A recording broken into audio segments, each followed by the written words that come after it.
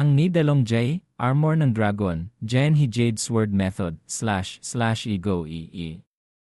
Huwag kang mag-alala kung nasaan si Mu, little sister, kung hindi, patay na ako.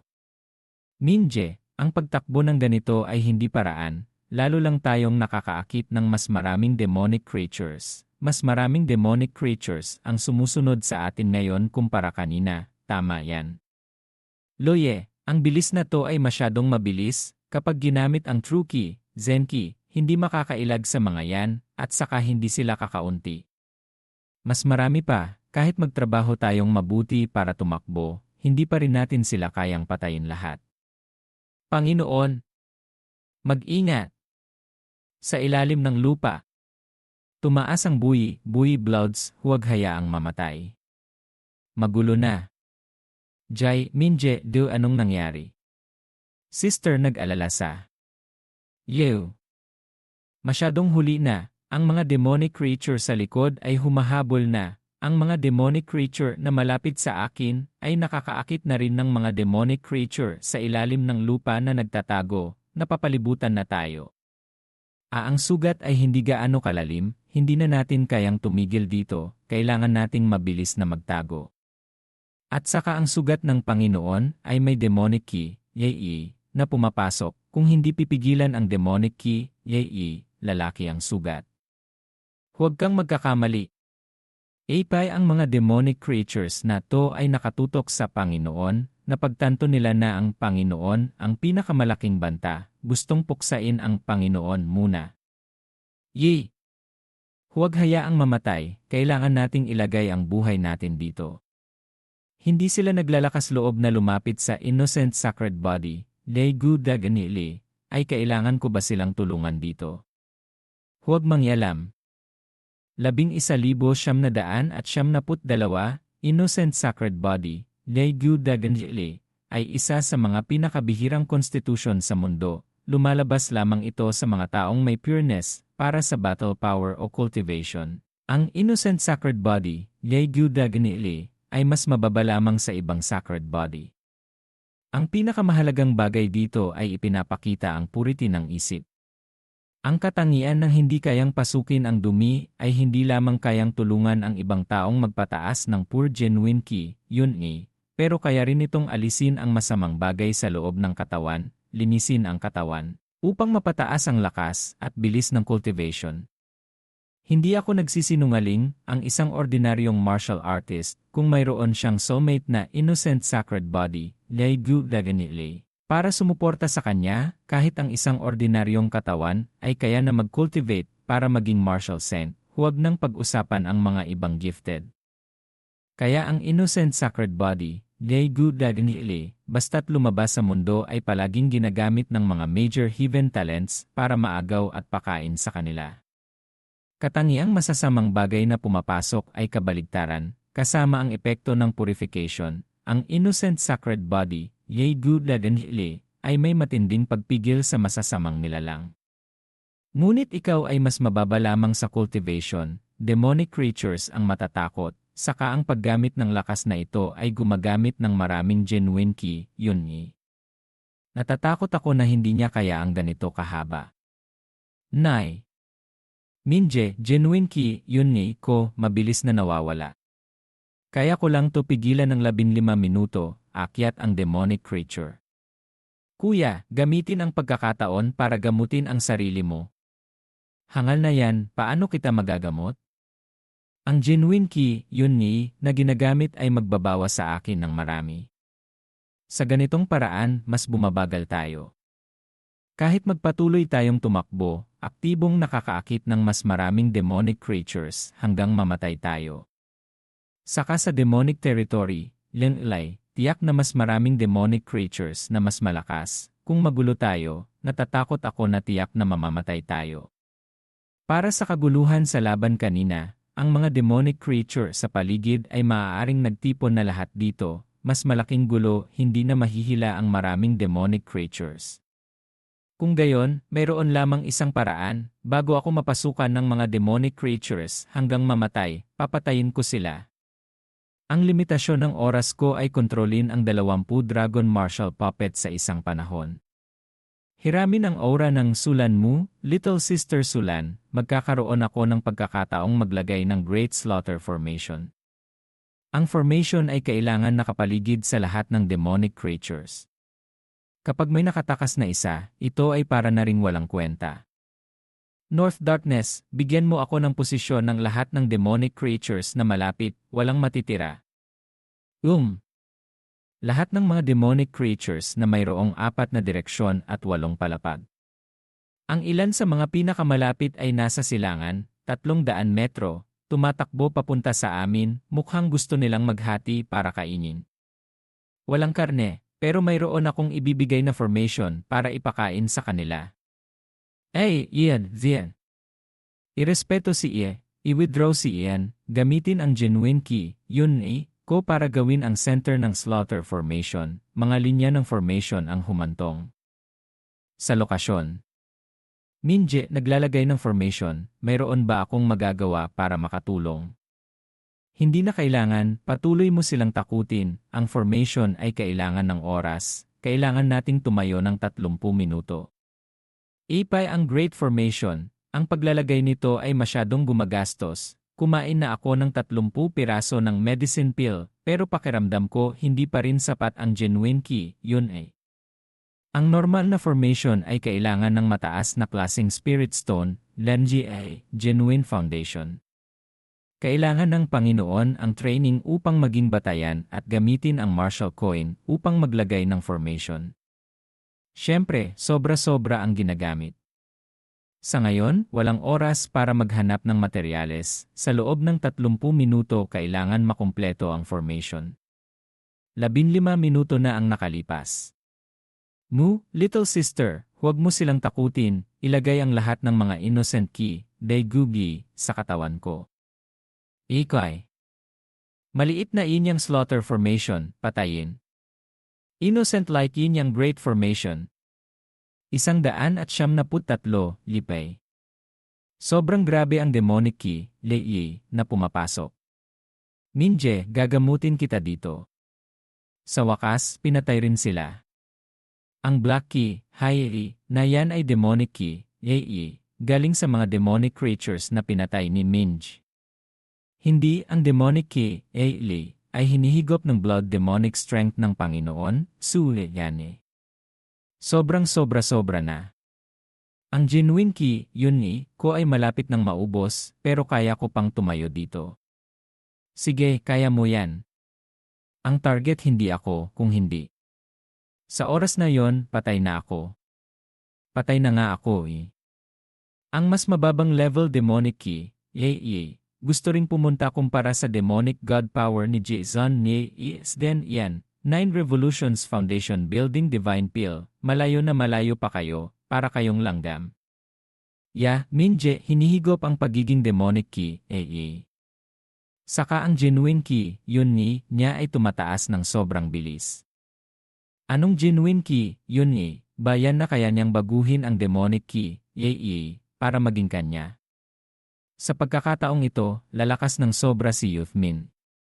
Ang level ng Panginoon ay mabilis na sumisira ng antas. Sumisira ng ika-negatibo 8 na level, ika-negatibo 6 na level, ika-negatibo 7 na level. Sobrang bilis nito sumira ng antas.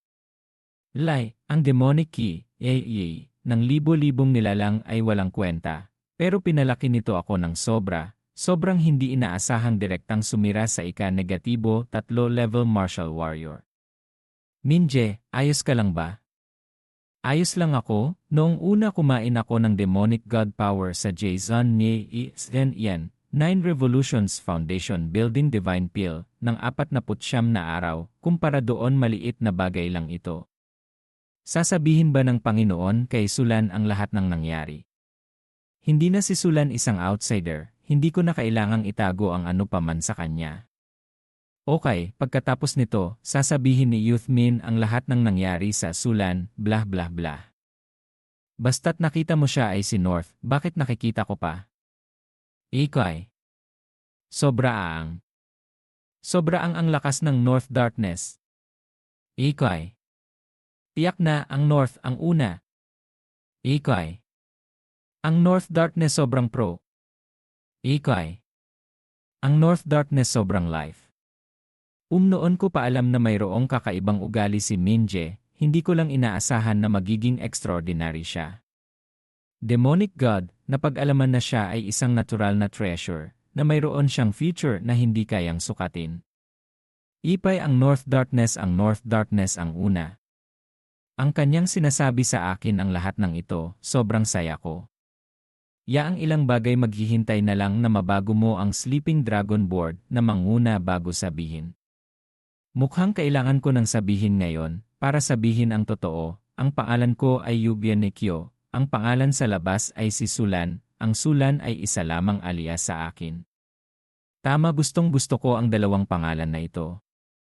Pagkatapos, sasabihin ko kay Minje ang lahat tungkol sa akin, kung makaramdam ka ng masyadong maraming pressure, parang nagsasabi lang ako ng kwento, para na lang walang nangyari.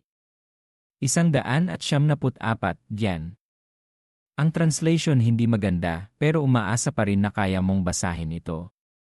Ang Jade family namin noon ang pangunaing Golden Royal family ng Vermilion Bird Dynasty, na mayroong 13 dakilang general, 13 unang klaseng dakilang opisyal, 6 pa ang gumawa ng Lord. Ang mga ancestor ay naging sworn brothers ni dakilang emperor noong taong yon, masasabi na marami silang nagawa. Sa mga sitwasyon na yon, ang mga disipulo ng Jade family, kahit anong talents meron sila ay pwede silang pumasok sa isa sa 5 dakilang paaralan ng Vermilion Bird Academy para sanayin. Pumasok sa mga dakilang sekta, sumali sa sacred ground hindi naman mahirap. Pero may delikado sa mataas na lugar. Sa henerasyon ng High Ancestor, ang mga miyembro ng Jade family ay nasangkot sa pang-agaw ng trono. Ang pagtulong sa emperor ang sanhi ng pagpigil ng dakilang emperor. Sa maikling panahon, 3 martial gods ng Jade family ang nakaligtaang magpunta sa Aire above Aire, Tinwitin. 20. Martial Saint ang nawala ng hindi alam, mayroong ginawa silang pigilin at iba pa.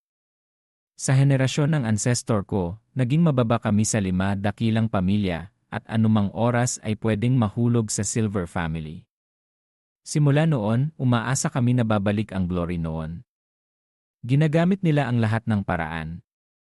Pagkatapos mawala ang martial god, wala ng martial saint ng Jade family ang gustong tumayo ng totoo, mahirap na talaga. Hanggang ako at ang little sister ng clan na si Jadeling ay ipinanganak. Ang Jadeling ay isa sa mga kaakit-akit na katawan na walang kapantay na nakakaakit ng mga lalaki. Ako naman ay ipinanganak na innocent treasure body na malaki ang tulong sa kasama sa buhay. Para sa pagbawi sa dating glorya ng pamilya, pinlano ng pamilya na ipakasal ako sa Crown Prince ng Vermilion Bird. Si Jadeling naman ay ipakakasal sa Duke Wei na mayroong pinakamataas na potential. Ang dalawang taong ito ay mayroon silang pagkakataong manahin ang trono. Ang dalawang side na ito ay may importanteng halaga na hindi kayang hayaan ng Jade family na matalo. Kaya noong bata pa ako, tinuruan ako ng etiketa at ginamit ng clan ang lahat ng kanilang mga gamit para tulungan akong mag-cultivate. Ang kwento ay magpapatuloy ng ganito, pero noong 10 taong gulang ako, muntik na akong mapatay. Kung hindi ako naligtas ng clan elder, magiging miserable ako. Alam ko lamang na ang gumawa noon sa akin ay si Jadeling at mga kasama niya. Bakit ako papatay ni Jadeling?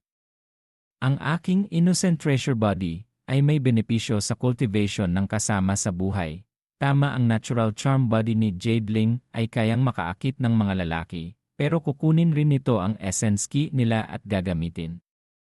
Kaya't umaasa ang mga miyembro ng clan na ipakasal ako kay Crown Prince Jiang na mayroong pinakamaraming authority.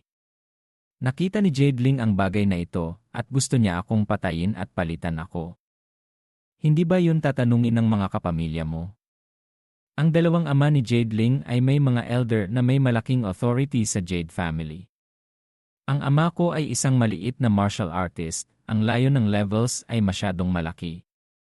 Hindi kayang sabihin ang mga balita kay family head, Jaye, kahit kayang sabihin hindi maglakas loob gawin ang ano paman.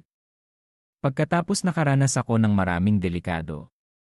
At kahit ang aking ama ay nawala.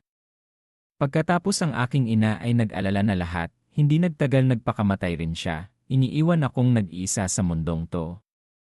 Alam ko na kung magpapatuloy ito, tiyak akong papatayin kaya tumakas ako sa malalayong maliliit na lugar na nagtatago ng pagkatao at sumali sa Crimson Blood Gate, CXCNN. Umaasa na kaya kong lumaki at kontrolin ang sarili kong destiny. Ang pagpapakasal kay Crown Prince hindi naman masama, hindi mo ba gusto yon? Huwag mo yan sabihin, basta't nandito ako sa iyong side, kapag gusto mo akong paalisin, huli na. Noong bata pa ako nagkasundo na kami kay Crown Prince Jiang, ngayon future Crown Prince pa rin ako sa pangalan, kaya dati hindi ako naglakas loob na makipag-usap sa'yo. Natatakot ako na kapag nalaman ni Crown Prince Jiang ang tungkol sa atin, wala na tayong matataguan. Anong kinatatakutan? Huwag mong sabihin na siya ang Crown Prince. Kahit siya pa ang Vermilion Bird Emperor, hindi ako matatakot. Huwag kang magbiro. Alam mo ba anong talento niya? Kahit siya pa ang Crown Prince, isa lamang siyang posible na siya ang God Body sa legend. Tama siya ang God Body. Lai, hindi ko yun nakalain, totoo. Hindi yun mali, siya ang Vermilion Bird God Body, 23 na taong gulang pa lamang at martial ruler na siya, posible rin niyang masira ang level sa kahit saan. Bukod pa rito, sumali siya sa Eternal God Mountain na sobrang ambisyoso, na gustong magtayo ng dakilang sekta. Ang Vermilion Bird God Body ang isa sa mga mas malakas God Body na meron sa mundong to. Pwede kitang higitan, tama, basta kainin mo ang demonic god. Tama, ngayon kailangan ko lang pumunta dito at maghanap ng monsters at pumunta sa level kagaya ng isang laro. Kailangan ko lang maghanap ng monsters, tapos kailangan niyang magtrabaho para mag-cultivate. Kung ganun, kay Jadeling, hindi ka ba magpapakasal sa Duke Wei? Hindi ko alam ang tungkol dito. Sa kanya at kay Duke Wei ay walang engagement. Pero sa ugali niya sigurado akong lalapitan niya si Crown Prince Jiang. Sa ngayon, hindi ko alam kung anong plano niya. Kung may mga clan member si Jadeling na may malaking power, kapag kinuha nila ang pagkakataong mapakasalan siya kay Crown Prince imbes na kayo. Hindi ko rin naintindihan ang ano paman. Hanggang sa nagkaroon ako ng pagkakataong makita ang isang ancient book. Ang innocent body ay pwede raw itanim basta't pagkalipas ng 10 taon pwedeng ilagay yon. Babae, gagamit ng plano. Natatakot ako na gugustuhin nilang kunin ang kapangyarihan ni Jadeling para maging complete God body, at pagkatapos pakasal kay Crown Prince Jiang, sa charm body niya, natatakot ako na ituturing siya ni Crown Prince Jiang bilang isang laruan lamang. Ang innocent body hindi kapareho. 175, sigurado ako tungkol dito, kaya't tumatakas ako. Maswerte naman, hindi naman ako masama sa bawat oras na ginagawa kong hindi okay para maging okay, Ipei. Naintindihan ko na, pagkatapos, ang sinuman ay papasok sa gate ko, kapag bumagsak sa lugar na delikado, kahit hindi lumabas ang taong yon. Natatakot ako na mahirap itong gawin, kaya't kailangan kong mabilis na kumalat sa Vermilion Bird Crown Prince upang protektahan si Sulan sa hindi okay na bagay na yon. Sa memorya ng North Darkness, noong araw ang Heaven Palace ay may innocent God body. God body. Hindi, natatakot ako na wala ng ibang innocent God body maliban kay Sulan. Kung ganoon, dapat 3 disipulo ng Sword Pool kunin ang information para gawin ang innocent God body. Basta't ilabas ko ang innocent God body, siguradong pupunta si Crown Prince sa kanya. Sa lakas na meron ako ngayon hindi ko kaya guluhin ang Heavenly Jade. Napagaling mo na lahat ang sugat mo, umalis na tayo. Saan pupunta? Papahanap natin ng monsters sa Demon Territory. Sigurado akong hindi pupunta doon ang 3 disipulo, kaya't ito ang pagkakataong burahin sila. Napunta na rin sila dito. Dati naririnig ko na delikado ang Demon Territory, pero hindi ko akalain ganito katakot. Nawalan na ako ng kamay, maswerte naman na nandito ako. Hindi ako natatakot na maghirap, pero ayokong mapatay na hindi man lang ako makaganti. Ngayon hindi ko na alam kung buhay pa ba siya. Nagpapasalamat na lang ako sa Heavenly Treasure na nagawa kong hanapin. Ngayon babalik na ako at sasabihin ang impormasyon sa Royal Palace. Kahit patay na siya makakakuha pa rin ako ng rewards. Sa'yo pa rin napunta. Hindi ko akalaing buhay pa kayo. Gagamitin niyo ang Marshall Coin para patayin ako, sa tingin niyo ba talaga makakauwi kayo? Tingnan niyo ang mga mukha niyo. Sa talento niyo, tiyak na walang epekto iyan sa'yo. Sinubukan nila ng gumamit ng Marshall Coins para gumawa ng ingay para hikayatin ang mga demonic creature na pumunta dito, ngayon lang namin napagtanto. Napakaraming demonic creatures, mamamatay rin kayo, yun lang ang naiisip ko. Sa susunod isisigurado kong hahayaan na kitang mamatay. Mamamatay ka lang. Hindi ko inakala na ang innocent sacred body ay mayroong kapangyarihan na gaya ng sa spirit beast. Ang demonic creature tumakbo na lahat. Mayroon pa tayong tinatago sa kanila. Tama para bantayan hanggang masugatan sila, para wala akong oras para tulungan sila. Ang mga demonic creature hindi lumalapit sa amin. Mayroon lang kaming isang pagkakataon para manalo. Napakasakit, ang lakas ng puwersa na napakarami naming nasugatan. Huwag kayong magmadali, gamitin niyo ang Sword Seal, Jin ng pang-apat na Elder.